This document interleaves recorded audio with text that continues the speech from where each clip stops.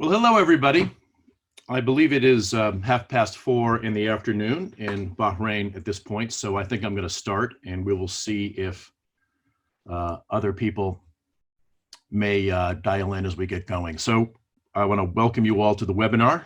Thank you for taking the time out of your day to join me. My name is Mark Nevins. I think you've seen the information that Mohammed sent out regarding this webinar. And the topic that I changed the title of the webinar a little bit, and I'm proposing to call this webinar, How to Lead with Resilience in a Time of Crisis. And I think you should be able to see the slides now on the screen as well as my face. I am calling you from my home in New York City, which regrettably appears to be the single hottest spot in the world right now. I am sequestered at home with my family. We live up in Harlem, if you know New York City at all, so we have a little bit of space at least, and we're doing our best to get through this. So the thoughts that I have for you today about staying resilient during a time of crisis, whether you're a manager, a leader, an employee, a parent, a child of older parents, I hope that some of these thoughts will be of some use to you. I certainly have been trying to apply them to myself because, as I said, it's a little bit of a difficult time right now in New York City. I have found that being able to do things like this webinar, I'm spending a lot of time on the phone with my clients, talking with them through how they're leading the organizations that they're responsible for, how they're dealing with their boards, how they're communicating externally. I'm finding that these are the recurrent questions that they're asking. And it's been helpful for me to just stay engaged in these kind of questions. And along the way, I think I've learned a lot and hope I can share some of that with you today. So I think we'll get going now. And the first thing I'd share with you, and I expect that I might hear something like this from many of you, but I'm talking to several clients every day. And yesterday, one of my CEO clients, he runs a international software company, it's an office support set of products, shared this with me. And he was, this is a pretty tough guy. He's was a star athlete. He's been in the military. He's not an easy guy to fluster. And the quote from him was, whatever else happens, 3 months from now, 12 months from now, 24 months from now, this pandemic will have impacted, it already has impacted the global economy like no other event in human history. I'm not a melodramatic person, but I think that that is a fairly accurate statement. And right now, it's impossible to even begin to calculate the extent of the economic destruction. So all of us are doing our best right now, and I think struggling to figure out what does this all mean. And I actually did a webinar earlier this week, and the host, it was a Q&A webinar, and the host started out by asking, why is this situation so difficult? Which I thought was kind of an obvious question, but a good one. And if you pull the camera back a little bit, just pause, because I think all of us are trying very, very hard to stay in the game, to do what's right for the organizations we're responsible for, to manage our families who probably are suffering a great deal of stress right now and anxiety. Why is this situation so difficult? Well, I'm not going to try to explain it. I'm just going to show you a picture. So I don't know if any of you know what this is, but it is the Place de la Concorde in the middle of Paris. Paris is one of my favorite cities, and if you've ever been there, you know that this place is full of automobiles racing around the circle. It's filled with tons of tourists, people going about their daily life. And this picture was just taken about a week ago. The New York Times had a tremendous photo essay where they asked their photographers all over the world to just take pictures, walk outside and take a picture. And you can see New York City, Times Square, completely empty. You can see Trafalgar Square in London, completely empty. You can see the Shibuya district of Tokyo, which is one of the busiest places probably in the world, completely empty. It's eerie. It's incredible. I don't think I've actually come to fully understand what this means when virtually every single person in the first and second world right now is in their home, except, of course, for the very, very small number of people who are considered to be essential in New York City. That obviously is the hospitals, the healthcare workers, the people who are making sure that we have groceries coming to the shops. You know, the most important supply chains right now, living in a big city like New York, seem to me to be the healthcare, the supermarkets, so people can get the food that they need for their families, and then the internet. And, you know, not to be cynical, but I think if we can keep those three things running, we'll get through this. But in the meantime, it really is truly unimaginable wherever you are. And, you know, so when I think about why the situation is so difficult, first of all, everything is changing. Everything is changing all the time. I wrote an article about 2 weeks ago, and I went back and read it again yesterday. It was advice for what to do. And I'm realizing that even my advice from 2 weeks ago probably has to change. So another client of mine who's a swimmer said, this is like swimming in white water. I don't know if you are familiar with that expression, but if you're swimming in water that is very, very rough, there's a lot of air in the water and you really can't swim at all. You're just sort of floundering around. It's almost impossible to predict anything right now. I do spend time, one of my clients is a big global macroeconomic consulting firm. So I've spent time with them trying to learn about what are the likely impacts here. Everybody's got a model. Everybody's model is completely different, whether it's projecting out what the economy is going to look like in 3 months, what the unemployment rates are going to look like. Everyone's got a model for how the pandemic is going to play through in terms of when things are going to peak and when the curve's going to flatten. And, you know, nobody's model looks anything the same. Nothing is normal right now. Literally nothing is normal. And at this point, I think it's hard to imagine what normal might look like. I'm an American, so I'm a huge fan of basketball.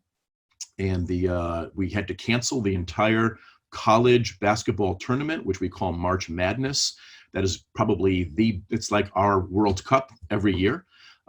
Incredibly important to Americans. Everyone's colleges are playing in this, and they just canceled it. And the National Basketball Association had to stop the season, and they're trying to think about, will they be able to come back and finish the season at all? And, you know, some of us are hopeful maybe we'll get back to normal. But, you know, are we going to get to the point in even September or October where people are going to want to get together in large groups in a stadium or in an arena to watch something, to watch a concert? You know, I don't think there's going to be an outcome here where we all decide, okay, July 1st, we're all just going to go back to normal. The world is going to look vastly different. And I think that's causing us a lot of pressure on our businesses, but I think it's also causing us a lot of pressure on our individual psyches, our own psychology. And that's where I think this concept of resilience is so important.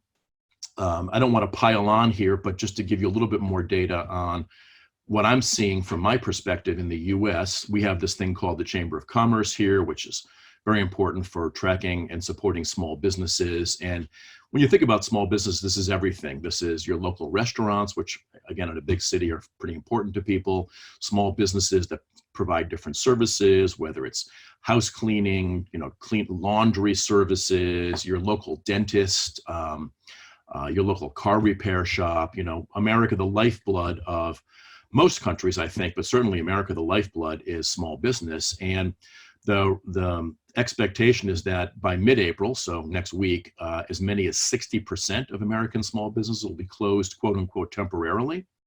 And then 25 to 30% are saying they're 2 months or fewer from closing permanently. And 10%, and probably this number is bigger, have admitted that they're probably less than a month from closing permanently. If you're a cash flow business, you just cannot possibly survive not having any customers. I took a walk around New York a couple of days ago. They're starting to crack down on saying you shouldn't even go out for a walk. And walking up and down the streets, Broadway in my neighborhood, literally everything is closed. More than 1/3 of Americans have not paid their April rent. That's a tremendous indicator of the challenges people are feeling. I haven't quoted the latest unemployment numbers, but this is really, really stressful. And before long, the impact will be as severe or worse for big companies. So this is kind of what's at stake here. And I don't know, I'm happy to take questions. I don't know if any of you have ever seen anything like this, but if you have, I'd love to hear about it because, you know, this is worse in America and Western Europe and the Pacific. I think it's worse than the impact overall impact of the Second World War. We've seen something like this back in 1919 with the flu pandemic, but I think the world was a different place 100 years ago, and I just don't think we have anything to work from in terms of trying to figure out how do we put together a plan for dealing with this. So what I'd love to do is to offer you, and I'll spend the next 40 minutes or so on this, offer you some of my thoughts. My thoughts are worth what you're paying for them. So I hope they're of some use to you. This is just one person. But as I said, I do spend my professional time as a coach and an advisor working principally with CEOs and other senior executives. So I talk with a lot of people, and above and beyond the 20 years of experience I've got helping leaders lead effectively, I'm getting a lot of different data points right now about how people are dealing with this. So if the big questions right now are what can I do and what should I do, whether you're a CEO, whether you're a senior executive in a big company, whether you're running a small company, I thought I would propose to you 10 concepts or 10 ideas. As I said earlier, there's no playbook for any of this. I wish I could give you sort of here are the 10 specific things you can do. Those might be good for one company or one person. They might be useless for the next. So instead, I tried to think about what are 10 more general but pragmatic pieces of advice that I could give you that you can take and take back to your organization, maybe take back to your senior team and say, let's sit down and see if we can do something with this. So 10 ideas for leading with resilience in a time of crisis. And just a quick note, I changed the title and the content a little bit because last week I published an article in Forbes. I think the title was How to Stay Resilient in Times of Stress. So rather than just repeat the article, which you can read, and we'll make sure at the end of the webinar, I've got a couple of resources that you can follow up on if you'd like to. Rather than just reiterate the article, assuming you might have read it already, I thought I would try to do something new. So I dug down a little bit deeper. But I do think, because we'll start with number one, I do think that this idea of taking care of yourself, and that is what we mean by resilience. So just in case it's not clear, resilience, which has become a popular term in the business literature in the last couple of years, resilience actually comes from physics. And it's a way to describe a material property. So for example, rubber is resilient. If you bend it, it goes back into shape. Cast iron or glass are not resilient. If you attempt to bend glass, it shatters. If you put a lot of force on cast iron, it will also shatter. That's why we had to invent steel, because it's got a more resilience, a more tensile strength. Unlike rubber, that if you put pressure on it, it will compress and then come back. And the idea here is that as a human being, you have to figure out how you can stay resilient. People who are not resilient, and we actually look at aspects of resilience when we're doing executive assessment. We look at the psychological makeup. We call it the big 5 personality factors. One of them is neuroticism, which means how do you see yourself? How do you feel about yourself in the world? And do you feel like you can be an actor versus being a victim? Do you feel like you're empowered to have a voice, to create good outcomes? And so when I say protect the asset, I'm actually taking this phrase from a book that I really like. The book is called Essentialism by Greg McKeown, M-C-K-E-O-W-N. And it's all about ensuring that you focus on what is most essential, what is most important. And in case it's not obvious here, protect the asset means protect yourself. You are the asset.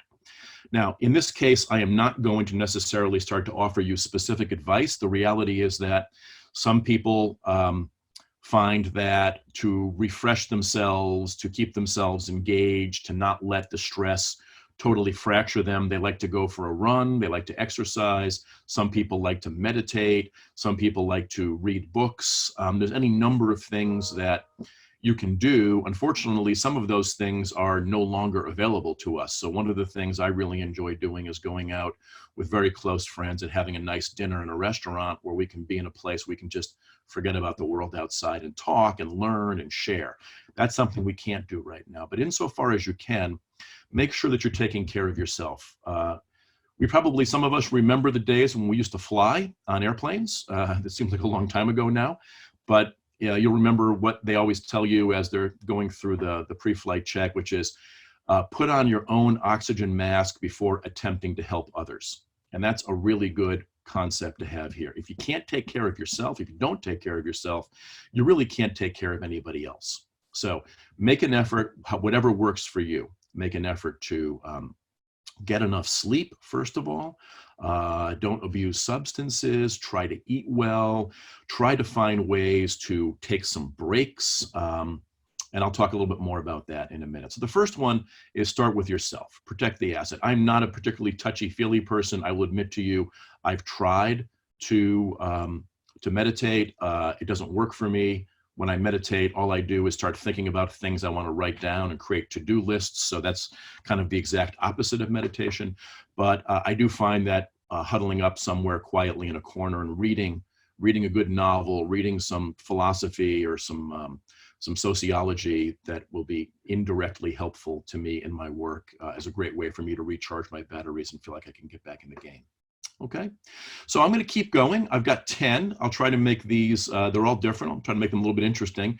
I do know that you've got a chat bar over here. So if you have a specific question, please feel free to ask it. I'm happy to stop, and do a kind of a sidebar if it's a relevant question for the topic. And then at the end of the webinar, I'll save a couple of minutes and we can do some general Q&A if you'd like, okay? My second is to focus on the important. So my second strategy for leading with resilience in a time of crisis is to focus on the important. The image I chose here, by the way, is probably an example of focusing on the unimportant. So these wonderful devices we have allow us to be in touch with everybody all the time. And one of the things I've been telling my friends as much as my clients is, we're getting bombarded by data right now. We're getting bombarded by a lot of hysteria. I'm not a huge fan of social media. I think it has a purpose, but I think the purpose is often perverted. Everybody wants your eyeballs right now. And if you get locked into watching the news, you get a lot of opinion, and I think it doesn't serve to give you more clarity, nor does it serve to sort of refresh your spirit. So I recommend that people check the email or check your whatever I keep a feed. So in New York City, I have every morning in my mailbox, I get the top headlines from both the New York Times and the Wall Street Journal. I think that's a pretty fair balance between two different news outlets that are particularly pertinent for Americans. And I just read the headlines. I just want to know what's going on. I don't want to hear a lot of opinion to start the day. Later on in the day, I may turn to The Economist, the Financial Times, and see if there's something that might be a more well-rounded narrative that will provide me with some ideas. But I don't watch any television news right now, and I just stay off the social media because I don't think it's very helpful. I'm not sort of demanding that you do that, but I'm offering to you that it's really important right now to focus on what really matters and not the minor things or the buzzing in your ear. I think this also goes for your business. So I did not get into a lot of operational detail in this webinar because I didn't know that the audience would be homogeneous enough to do that. And again, I want to try to be useful to everybody who might be dialing in. But when it comes to your business, focusing on the important means pausing and really saying, let's not just be reactive, let's try to be proactive. So we've just begun the second quarter in most fiscal year financial years. We've begun the second quarter. If you look back at the first quarter, I'm sure that it did not turn out anything like the way you anticipated it would in terms of what you were able to do, in terms of your revenues and your profits. But take some time now to look back at the first quarter and say, what can we learn from this? The second quarter is going to be like the end of the first quarter, but worse. So anything we can learn that will allow us to pivot, to do things differently, to adapt, this is the time to do that. Secondly, as you're looking at the second quarter, I'm assuming you had a plan for the second quarter. That plan is probably not going to come together the way you thought it would. However, I think it's important, again, focusing on the important, to look at the plan, maybe engage your team in this exercise and say, what did we have planned for the second quarter? What did we hope to accomplish?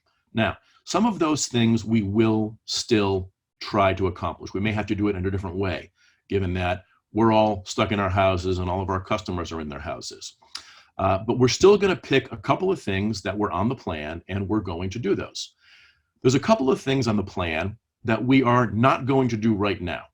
We're going to realize that with limited resources and limited bandwidth and limited resilience, we can't do everything. So we're going to pick some of these things and say these are important, but we're going to park them over here for a little while, and then we're going to get back to them. There's a third category of things, which is things that we are simply not going to do. So I'm seeing this a lot with events. I work with some events companies, and then I'm obviously in New York City, so I'm seeing events all the time. And it's been interesting to watch as different organizations either decide to try to postpone their event or simply cancel their event or try to do the event virtually. I'll talk about decision-making in a little bit. And there's no right answer here. Everything has to be a conversation, but it's a conversation you should have with the key stakeholders and make in as thoughtful a way as possible. So there are some things you simply will not do. And the fourth category is things that you didn't think you were going to do when you built your plan back in January that you now realize you can do. So here I would encourage you to say, maybe what's most important is a little bit different than what we thought it was a couple of weeks ago.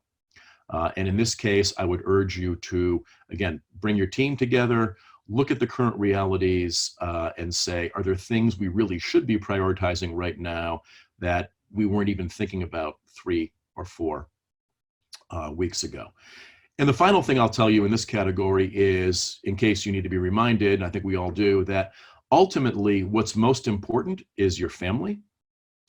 And as a business person, what's most important is your employees and your customers. And I think you should be making all decisions through those lenses. Some of those will be difficult decisions, but keep in mind what's most important, challenge yourself on that, and make sure that you're putting your efforts against those things.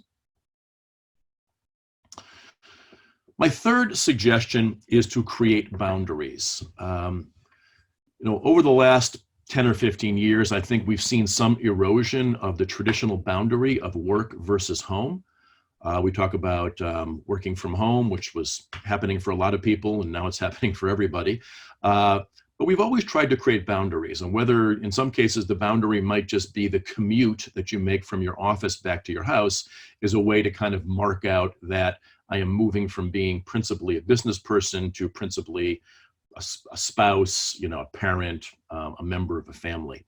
Obviously, my kids go to bed. I typically will check my email before I go to bed, do a little bit of work, maybe take some quiet time to write something. But now all of a sudden, these boundaries are completely erased. So I think it's important to go back and recreate some boundaries. There is a concept that I've written about a lot, which I call the third space. So Americans are kind of obsessed with this idea of work-life balance. And there's, I think, a sort of sense that the really effective people sort of just can shift like a gear shift between work, home, work, home. I don't think anybody can really do that. Maybe some of us are more able to do that. But I think what's more important, or what's a good life hack, is to say it's not just work and home. You have to create a third space. It's a place you can go, not necessarily a physical place, but a mental place where you can get up into a control tower and look at your work and look at your home and say, how am I ordering things? How am I prioritizing? Am I creating buffers? Am I making sure that I'm not going to be reactive to things? So whatever those may be, for you, everyone's got their own way to think about boundaries. Remember, you can't be everything to everybody all the time. And I know, because we all want to be good people, we all want to be effective leaders and business people and family members, we're going to try to do that. You will burn yourself out. We're back to number one, which is protect the asset. Okay, so whatever it means for you, whether it's creating a space in your home where it's quiet, where you can think and do your work, whether it's taking time, even if you can't go for a walk. I know in New York City, they're now saying they don't want us to even go out and walk around, even if we keep distance. If you can open a window and look out the back and see the sky, anything you can do to just create some boundaries and be thoughtful about that. Different people need different amounts of this, but I think all of us need a little bit. The next one I think is really important, and it will go with the one that comes after it, is to lead from the front, right? This is a time when we want to see our leaders. We want to know what they're thinking. We want them to be visible to us in terms of decisions the organization is making and helping people to sort of understand what to make of all this. I have to read a lot of books about leadership. I wrote a book about leadership. I don't generally love leadership books. I feel like they're kind of repetitive, and a lot of it is kind of comes down to what your mother told you when you were 7 years old. But there is one book that I really like. It's by a man named Max Dupree. It was written, I think, back in the 1980s. And Max Dupree was the CEO of Herman Miller Furniture. They were very famous for bringing, in the mid-century in a lot of the world, bringing these very, very clean design concepts to furniture. So mid-century modern, we called it the Eames chair, the Aeron chair, if you've seen one of those. And it was a great company to work for. He was beloved as the CEO, and he wrote a book called Leadership is an Art. And I think maybe my single favorite quote about leadership comes from that book. And Dupree said, "The first job of a leader is to define reality. To define reality. The last job of a leader is to say thank you. And in between, the leader is a servant." So we could spend a lot of time unpacking what it means to be a servant. Doesn't mean to be servile. Obviously, it means to be a custodian of something, to realize you're in charge of people and things that are bigger than you, that will last long beyond you, that you can't do it all by yourself, that you can, by serving, you can bring people together and help them go in the right direction. You can learn from them and then facilitate better understandings and better decisions. But go back to that first part. The first job of a leader is to define reality. Your companies, your coworkers, and your families are looking to you right now to define what this reality is and what we're going to do about it. Some of us are more extroverted than others. Some of us are more introverted. Whatever your personal style, this is not a time to disappear, which is why, again, it's important that you stay resilient and important that you find those boundaries so that when we need you to be leading from the front, you're able to lead from the front. Okay, so think about that. I often will ask my clients, what do you think the organization needs from you as a leader right now? Which is a very different question than what's your job description or what are your goals for this particular quarter? What does the organization need from you? And how are you able to recognize those needs and meet those needs?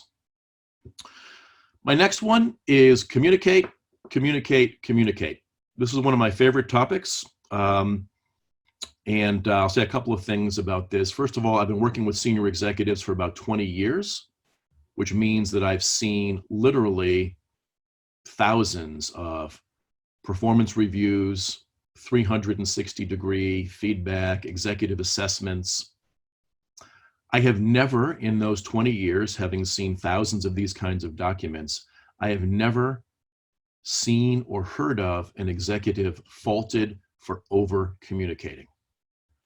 I've heard lots about not enough communication, poor communication, ineffective communication, not talking to the right people at the right time, not being honest in communication. I've heard every single one of those complaints. I've never, ever heard one person say, "Mark, as our leader, you don't have to communicate so much.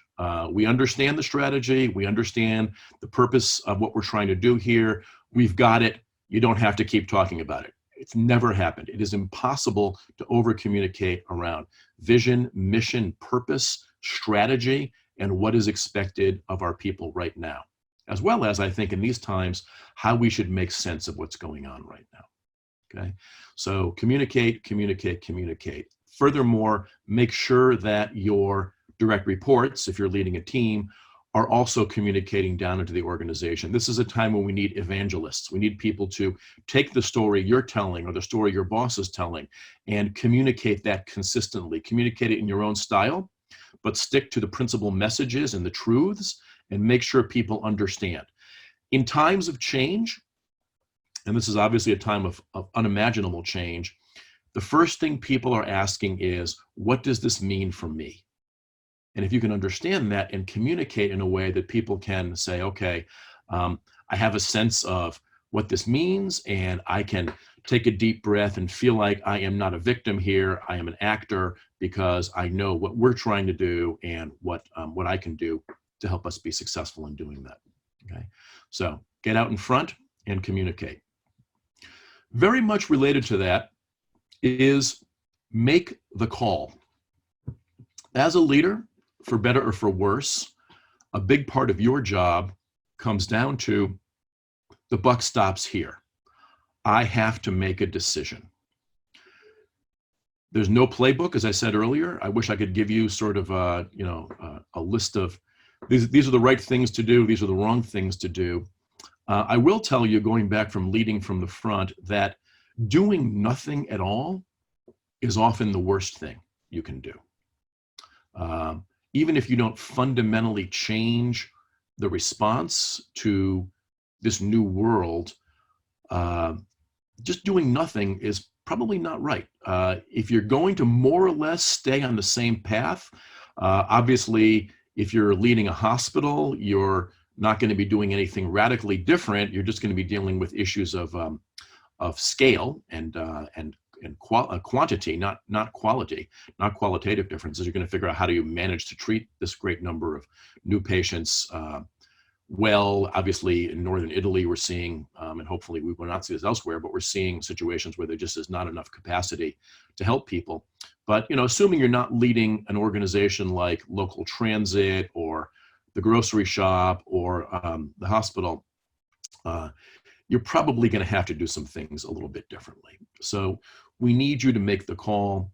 We need you to be decisive about that. I'm seeing lots of examples of this in companies that I work for or work with, and they're very, very difficult decisions in some cases. The question of, should we lay people off? And I'm not going to get into this because employment law is very, very different in different countries. Basically, in the United States, you have to make a decision between letting people go so that they can file for unemployment, because we don't have, generally have the kind of support systems from our government that other countries may have. So they have to kind of, be able to file for unemployment. The flip side of that is a lot of companies I work for are saying, we don't want to let anybody go. We need our people, but we're asking everybody to take a pay cut. So the executive team starting immediately is taking a 50% pay cut. One level down is taking a 30% pay cut. One level down is taking a 15% pay cut, et cetera. And then oftentimes they're trying to keep the people who are most junior or the least paid in the company, keep them whole.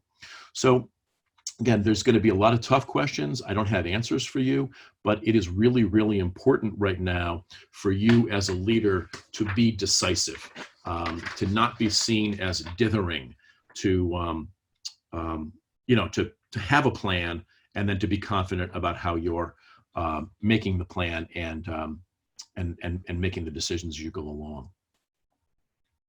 So I don't think if there's anything else I want to say about this one. I think this one's pretty important. I think that's good for now. Okay, so let's move on. I might come back to this one, particularly if we have some questions about this. I know this is one that can be very different from organization to organization. The next one is delegate. So let me talk just quickly about the idea of teams. Interestingly, I will be looking to do, I'm not a business school professor. I'm very, very busy serving my clients, so I try to write a little bit, but I'm not at a point in my career, maybe that will be later when I'm doing extensive research, but I will do an ad hoc sort of informal assessment of the companies that I know well after this is all over, because I have a hypothesis that the companies with the strongest teams at the top of the company, the strongest executive teams, will be the ones that do best. And when I think about teams, I think about two different models. One is a true team where the team has a common set of goals. The goals are understood by everybody. The team recognizes that those goals are things that no individual can do. And every member of the team understands that he or she is responsible for their particular day job, be it finance or HR or operations or supply chain or marketing or sales. But every member of that team also is thinking about what is most important for the company overall. And that team works together, they share responsibilities, they make difficult decisions, they assess things, they build the strategy together, and then they refine the strategy as it has to be refined as things may change. The other kind of company is a much more traditional hierarchical one. I call it a hub and spoke company, where the leader is in the middle and every person reports directly into the leader, who often is a very, very strong person. But essentially, it doesn't operate as a team. It operates as a group of people, very, very competent people often, who are all responsible for a piece of the organization. I think that kind of a model is going to struggle right now. It's probably not what you want to hear if you perceive that that's the way that your company is run. And I think one of the things we all should do as we learn from this pandemic, obviously we're going to learn about response to crisis, how can we prepare for future crises? Is this the last time we're going to see a global pandemic? Probably not. So how do we build organizations that are better engineered to deal with those things? But my hope is that companies will also say, could we have had a better enterprise leadership and governance model for our organization? When we were all forced to work remote, if we thought about how we work as a team in a different way, would we have been more effective? And maybe this will be a chance for teams, when they're not under pressure, to do some work to make sure that they're a more high-performing team. So that's all a lead into my number 7, which is true for anybody, which is you have to delegate. So I do a lot of work one-on-one with senior executives, and while almost every client has a very different set of issues, and therefore we build a different set of recommendations and advice, what I will say is there's one thing I tell virtually everybody if they're responsible for managing people, and that is this, and it's a deliberately definitive and bold statement. I say, you have to delegate everything that somebody else can do. If you're doing anything at all today or this week or this month that somebody else in your organization can do, you must delegate that, period. Now, we can have a debate about the occasional strange outlier that for issues of regulation or confidentiality when we're launching a new product. Okay, there's going to be an occasional outlier, but that is, as they say, the exception that proves the rule. You must delegate everything, because if you don't delegate everything, it doesn't free you up to do the things that only you can do, right? Go back to what's important and maintaining boundaries and protecting the asset. As a leader, we need you focused on the things that only you can do. Helping us understand the reality, defining the reality, telling the story, communicating, coaching, giving direction, providing support, right? Anything else that can be done by somebody else, whether it's writing a memo, creating a presentation for your upcoming virtual board meeting, doing this particular client call, customer call, any of those things, I would ask you to say, if somebody else can do this, let me delegate it to them. I can always coach them on it. I can fix it if it's not as good on the first try as I wanted it to be. But if you don't delegate, you can't free yourself up to focus on what's most important. And really, really significantly, you're going to lose the followership of your people, because they're going to feel like they're not getting a chance to step up. They're not getting a chance to grow, to try new things, to learn new things. And I used the image I chose for this is a football game here, a soccer game for me as an American. And oftentimes when I'm talking to groups of Americans, I'll use basketball because there's a famous example. I'm dating myself, going back to the mid 90s now, where Michael Jordan, you probably heard of him, was the best player on his team, and he was scoring 60 points every single night, and yet his team was losing. Because basically at some point his team just said, we're going to stand around and watch Michael Jordan score because he's not going to give us the ball.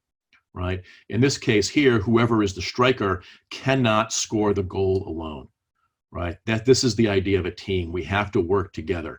If one guy just tries to keep the ball to himself, it's going to be a bad outcome for the team. All right. So again, this is enough of a lecture on this one, but please delegate everything you can to somebody else, because then it gives you the space to think about what should I be most focused on. Here's the next one, which is give honest counsel. We could have a debate about the appropriate amount of transparency in a crisis. And I think I would tend to err on the side of more transparency is better than less transparency. Now, obviously, you want to be careful with being completely transparent. If your people see that you're absolutely terrified, that you're paralyzed, if there's information that is not in its raw form appropriate for everybody in the company to hear, whether it's making decisions about cuts or allocation of resources, and it's not the right time for that, I think that makes sense. But presumably honesty and authenticity and transparency are core values for all of us as leaders. This is a time when we want and need to be as honest and authentic as we can be. Your people, everyone around you, your employees, your family, your peers, they will remember how you came across during this period. Years from now, people will remember, how did Tony or Sally or Mohammed or Mark, how did they behave in this time of crisis? There's a famous quotation. I cannot figure out who said it because 87 people are taking credit for it, going back to probably Muhammad or Abraham. But the saying is, crisis does not create character, it reveals character, right? So now is a time to recognize that people are watching you, and you need to figure out what is the right way to come across to them as their leader, as their peer, as their partner. I believe in erring on the side of transparency, as I said, and I think that includes telling people when you don't know. It's okay to say, we don't know yet. As soon as I know, I will tell you. If you know, let's talk about it. Let's we're not trying to hide anything here, but there are some things we just don't know.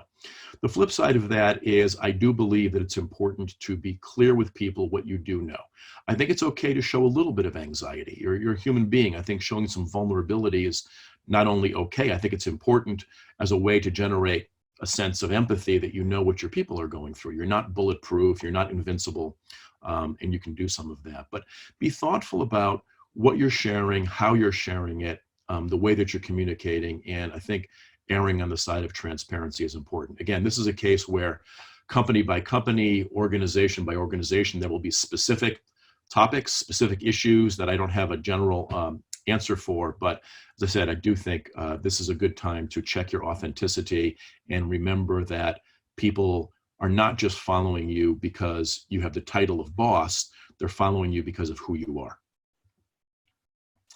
The next one, my second to last one, is embrace your mistakes. It has a little bit to do with being vulnerable and being honest and authentic. We all make mistakes all the time. None of us is perfect. The reality is we're going to make more mistakes right now. Again, there's no playbook for what we're going through right now. There is no real ability to be able to anticipate, to be able to plan effectively, and we're going to drop some plates and they're going to smash. Hopefully we don't drop the really important ones, which is why I go back to earlier I said focusing on what's most important. Don't drop the important plates, but if a saucer falls off the table right once in a while, don't get overly upset about it. I know this is a platitude, but do try your best to learn from your mistakes, right? And sometimes a mistake is not a mistake at the moment. It's only a mistake in hindsight.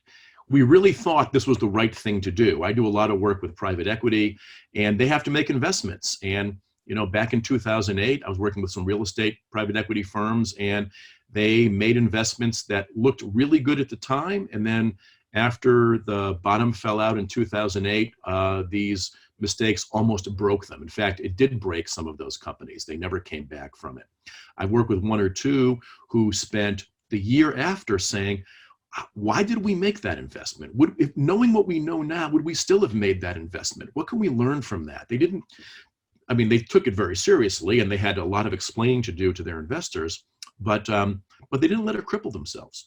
They sat down and said, what can we learn from this? There is, I think, a sort of resilience here about not letting your mistakes define you and not letting your mistakes destroy you.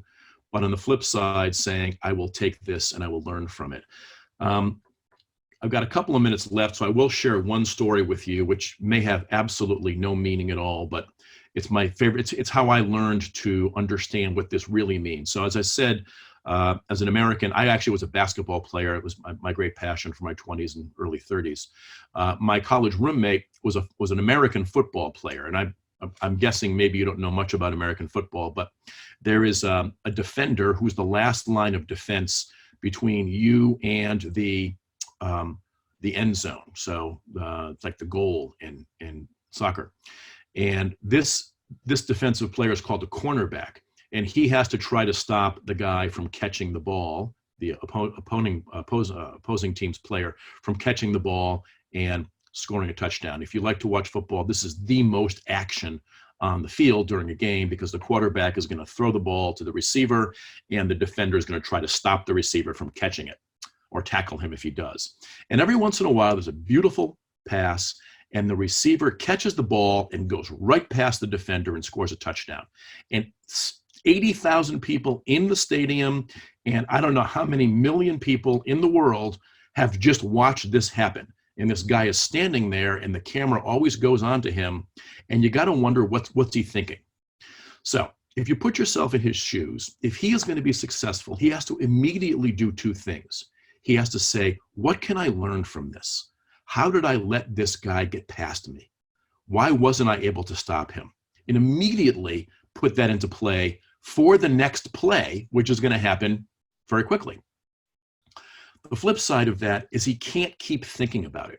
If he just keeps thinking, God, I messed up, geez, I should have done this differently, then when the next play comes his way, he will not be in a position to do anything. So again, that may be a particularly American metaphor, but I really like it. So unfortunately, I had to torture you with it.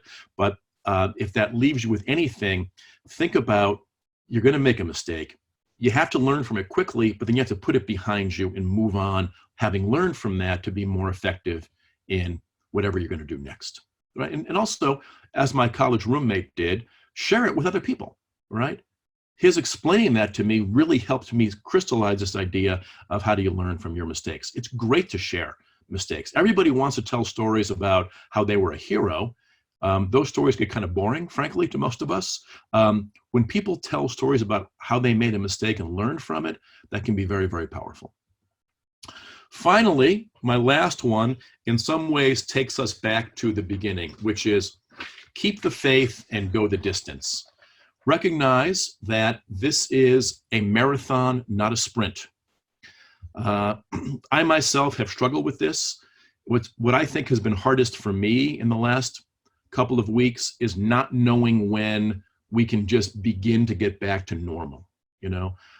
There's something about the American temperament, and I used to teach literature, so I've read a lot about this, that the core of the American spirit is we will go forth and conquer. Now, this is for good and for bad, obviously. I think there's a dark side to that particular temperament. But, the Americans on the East Coast of the U.S., it wasn't even the U.S. yet, said, what we're going to do? We're going to go across and we're going to colonize the entire country all the way out to the Pacific. And they just got in their wagons and they headed out. No roads, no maps. No one had ever gone there before. If they were lucky and smart, they made friends with the natives and they learned. Didn't always do a good job at that, unfortunately. Could have used some coaching in that area. But I feel that if you just tell me the goal, I will do it. Tell me we're going to be back to work on May 1st, and that's fine. Telling me we're going to have to sequester through the end of April, and then we'll see, that's not so great for me. And I've got clients now who are running events for their customers, who are canceling, obviously, all of May. June is falling. I've even got various organizations that I'm working with saying we're canceling things out in September and October. I don't fully agree with that, but these are decisions that are tough to make. That being said, I think it's important right now to balance reacting and, as much as you can, proactively managing the present, but keeping the faith and not forgetting about the future. In your communication, it is really, really important right now to continue to remind people of why they joined this organization in the first place. What is the vision and the mission for what we're doing? Why is this making the world a better place? Why is this a good place for you to be and to contribute your time and your knowledge and your efforts and your energy to? Remind people that we are going to get back to something like normal, even if it's a different normal, and that our purpose for being here is still a worthwhile purpose. That's something you have to start with believing yourself. Otherwise, you can't tell that story in any kind of a credible way. Okay? So keep the faith, remind yourself of what you're doing and why you're doing it, and buckle up, because this is going to be a marathon, not a sprint, which takes me back again to number one, the importance of protecting the asset. We need you here. We need you not to get sick of the coronavirus, but we also need you to be strong physically, mentally, to remember what your values are and to continue to project those.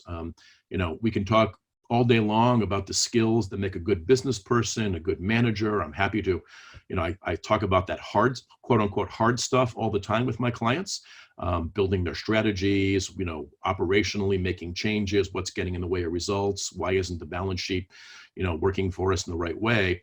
But right now, none of that matters if you don't actually keep focused on what's most important. Take care of yourself, take care of your family, take care of your teams, and continue to keep your chin up and your eyes forward, looking at the future, and then we'll get through the present.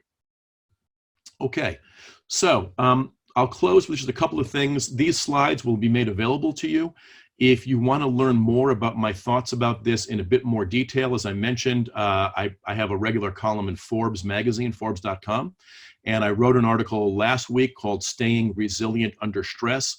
Prior to that, I wrote an article called Leadership in the Time of COVID-19, which was very, very specific and tactical for leaders of organizations to put together kind of a blueprint of how you want to try to attack what's going on right now. I'm probably going to have to revise that article because I would put some things a little bit differently now, 3 or 4 weeks later, but I think some of the core ideas are still good, and I've gotten very, very positive feedback on that article, so give that a look if you'd like. I also, this is not the time to be flogging books or trying to sell things. I'm not proposing that I want you to go out and buy this book, but if you're interested in the way that I think about leadership and developing yourself as a leader, I wrote a book with my close friend and client and co-author John Hillen, and the book is called What Happens Now? Now, we wrote this book 1.5 years ago, so it's ironic that all of us are asking that very question right now. Okay, so what happens now? This is something we've never seen before. We wrote the book really trying to help successful leaders recognize that at certain points, you're going to hit a stall. You're going to feel like what I've been doing to be successful historically is no longer working. Having worked with hundreds of CEOs and other leaders over the last 20 years, John and I sat down and said, there are clearly 7 stalls that people, particularly effective people, will hit at some point in their career. And we try to identify those to give you a sense of when you see this stall coming, what can you do to make sure that you get through. We have lots of stories and some pretty, I think, counterintuitive advice.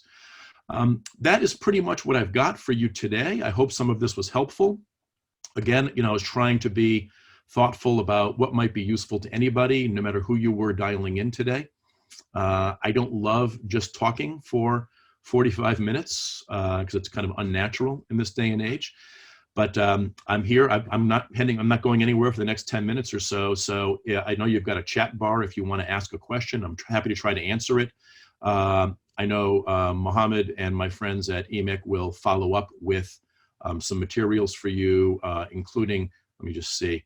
Yeah, the last page has got my contact information. So I would encourage you to reach out to me. I'm always interested in talking with people. I can learn a lot from you. So if I can be of any help, give me a shout.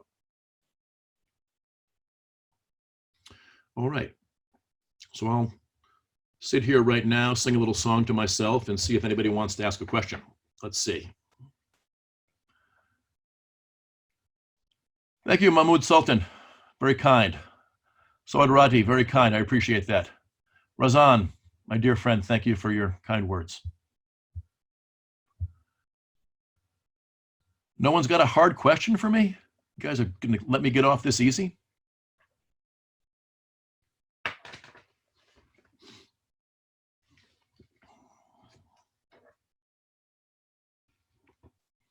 Nora, thank you. Noor, thank you. Ahmed, thank you.